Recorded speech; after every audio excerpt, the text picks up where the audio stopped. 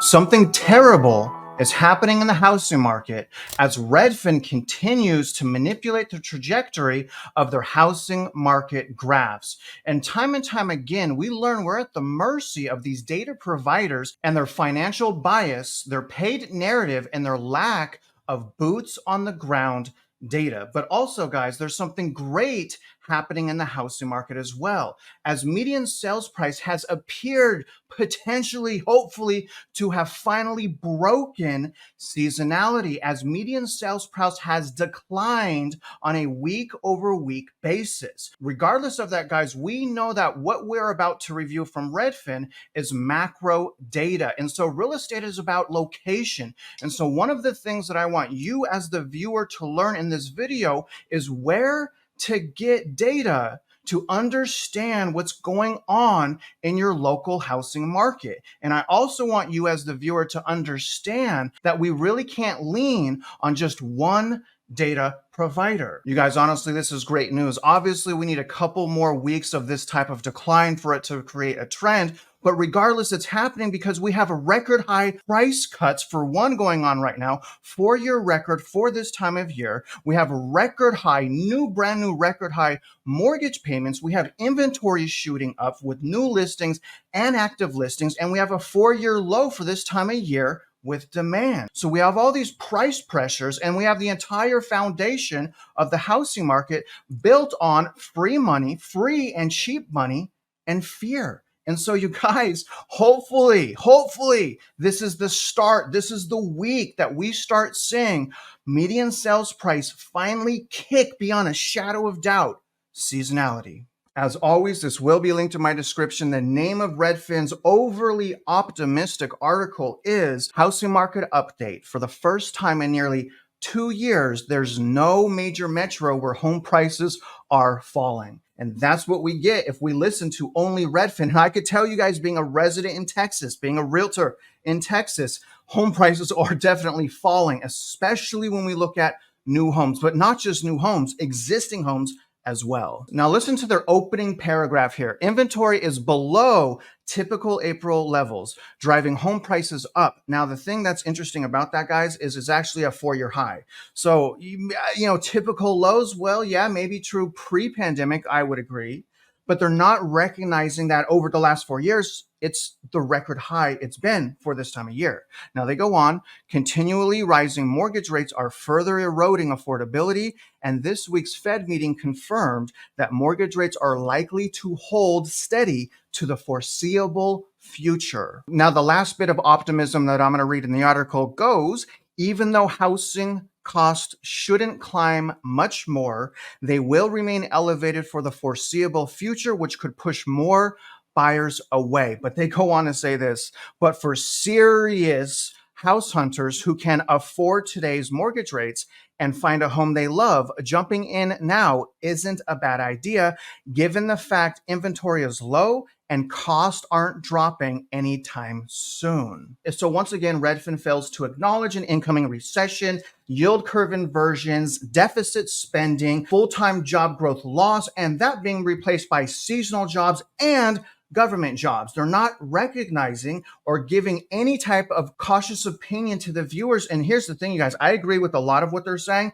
in that the housing market over the next probably decade or half a decade is going to be incredibly toxic. The pendulum is now swinging the other way. It's going to be years and years and years before we get back to a balanced market. What's coming up, I believe, is the buyer's market. We're getting out of the seller's market. And again, the pendulum is swinging for the sheer fact that Americans, they can't afford to buy a house. And remember, there's forced selling every single year. And what's happening now with it breaking seasonality in May, actually not even May, if median sales price continues to decline, the decline will have started at the end of April. Let's jump back into the article. Taking a look at this week's leading indicators, daily average 30-year fixed rate mortgages as of the date of this article was sitting at 7.41%. As of the date of this recording, they're slightly lower. Now, the weekly average was 7.17%, and I want you guys to pay attention that that is up from 6.43% last year. So I believe we're going to start seeing again increased median sales price decline, because remember, this time last year, there was a ton of optimism that came back to the housing market because of one of the primary reasons: bank term funding program saved the banks. You guys remember the bank run? So the start of the last year, everyone was afraid, but as the year went on, that fear disappeared and shifted to the fear of missing out. Regardless, this goes on. Mortgage purchase applications are down 14% year over year. This is crushing mortgage companies, regional banks of all sizes and colors. Redfin home buying demand is also down 9%. Google searches for homes for sale is also down year over year, a whopping 14%. Now, when we pull up mortgage purchase applications from Mortgage News Daily, understand the interest rate is what's in orange. The actual purchase applications is on top, looking at composite index. Now, week over week, guys, that is down, going from 202.1, dropping to 196.7. You can see, again, it's not a good thing. When we look at the 5-year mark at mortgage purchase applications, you guys can really kind of understand how much in the gutter demand is actually in right now. We have a massive affordability problem.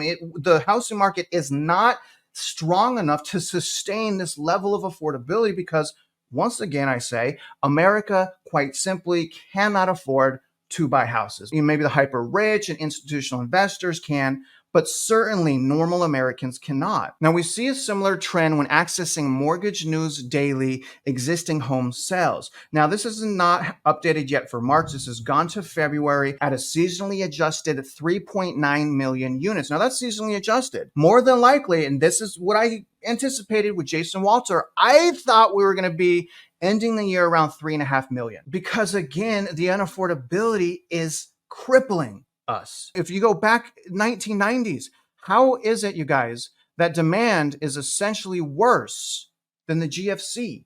How is that possible from both an existing home sales standpoint and, when we look here, from a mortgage purchase application standpoint? It was busier during the GFC, and we had a complete industry U-Haul back then. I was a loan officer. It was called the Dodd-Frank Wall Street Reform and Consumer Protection Act. It restricted lending, almost stopped it. So for me, going through that, it's shocking that business is even slower, because again, we have more people as well. We have more houses, we have more people. How is business slower than the GFC? Incredible. All right, now taking a look at this week's winners and this week's losers. Remember, this is macro data. Even though it's giving cities, it's still macro data. If you want micro data, you got to go into the subdivision. You have to review something called comps. I look at comps going all the way back to 2020 personally. I use 2021 average sales price and median sales price to kind of gauge whether or not myself or my clients can get a good deal and whether or not wedge exists. You have to go hyper local. Whatever cycle we're in, whether it's crashing or not, you still have to understand local trends. Now, taking a look at the winners, losing a lot of ground this week. I hope you guys noticed that. Still sitting high at 22% year over year growth in Anaheim, California. And I will note it is extremely unaffordable there, and there's almost no new construction. Now, Detroit's at number 2, super surprising. Maybe it's all the speculation. Maybe it's all of the investor-owned houses. I don't know. But regardless, the data is saying that Detroit is up year over year, 14.9%, followed by number 3, lost a lot of steam, which is San Jose, sitting at 13.6. You guys, I think we were in we were in the mid-20s recently here. Now, number 4 is West Palm Beach, sitting at 13.4, followed by number 5, New Brunswick, New Jersey, at 12.8. Now, it also is noting there are no declines in any metro areas. And again, that's why I'm saying you really have to go hyper-local subdivision analysis. As consumers, you need access to something called MLS, which is multiple listing service. Now let's start visualizing this data. And before I get too far, I kind of want to stop at median sales price and show you guys as viewers what's going on with Redfin. What do I mean they're manipulating graphs? I want to point out, again, a lot of people get this confused. First of all, median sales price is up year over year 4.8%. Now, a lot of people are like, Chavis, you're looking at the wrong stuff. This is a year over year comparison. Now, this graph, you guys, just to be crystal clear, compares many things. When we look at year over year, it's comparing the blue line from the orange line right there. That is the year over year growth. Now, what I like to watch is the week over week, which is these points right here, 4-week rolling average, so we can see the most recent macro data possible. Now, anyone can tell you right now that those dots right there, and I'll put it right above my picture, is showing an upward trajectory. Okay. The fact is, you guys, median sales price went down over $500 week to week, and it does not reflect it in these charts. And that's the point I was trying to make with how important it is to have access to the multiple listing service. We cannot trust the bias of these data providers. We see that right here. Beyond a shadow of doubt, this has been going on for years. And to prove that to you, let me show you the week before's median sales price. Here's the median sales price right here, $383,725. This week's went down, you guys, by over $500. So it went down to $383,188. So I would like to ask a question to Redfin. Redfin, you're out there campaigning how great you are to customers, how your system, how your platform is designed to give customers a better deal. How can we possibly trust you if you're clearly, in my opinion at least, you're clearly manipulating the trajectory of these charts to a more bullish favor? How can we trust that, Redfin? Regardless, you guys, let's go back into the data. Median sales price is up year over year. But again, like I said, it has gone down week over week. Now, I want to point out that in 2022, the decline started right here. Okay, so that was in June. Okay, that was in June roughly. Now, last year in 2023, the decline started here, which was July. So if in fact the decline is starting right now, the decline will have happened, okay, in April. Now, what do we need to see? We need to see continuous trends of downward trajectory for median sales price, and we need to maintain higher elevated interest rates. Now, when we look here at median asking price, this is just so abnormal. This, I believe, really shows that rich, more of the richer or higher end housing owners are still playing ball. There's less people that are purchasing right now at the smaller end, like $300,000, $400,000 houses, and there's more $1 million houses being sold. And that goes to show how strong those trends are, being that median sales price still went down. So again, it's not showing it here, but median sales price went down in April despite more $1 million houses selling. I think it's important to acknowledge that trend. Hopefully that is a trend, right? But regardless, I think we see that in this as well, because this is just absolutely incredibly insane. This is breaking seasonality as well. Median asking prices shouldn't be going up when price cuts are absolutely surging as well. So we have median asking price skyrocketing at the same time that price cuts are skyrocketing. Therefore, what we see here is more expensive houses coming to the market that have a higher asking price.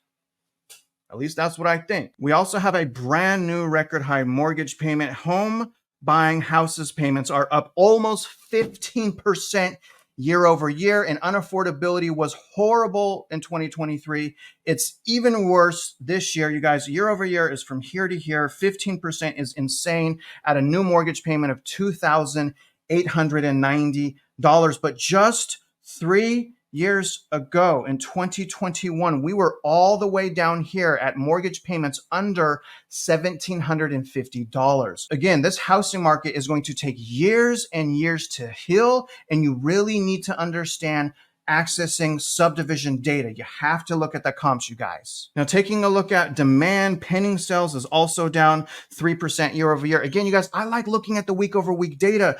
It is biased. I understand that. We can't trust it, but we're at the mercy of it. At least it's updated week over week. So again, pending sales down 3.4%. This is absolutely wrecking the industry. Right now, we have a recession in the housing market. That's very clear if you're a professional in it. Take a look at this trend, you guys. This is actually incredible.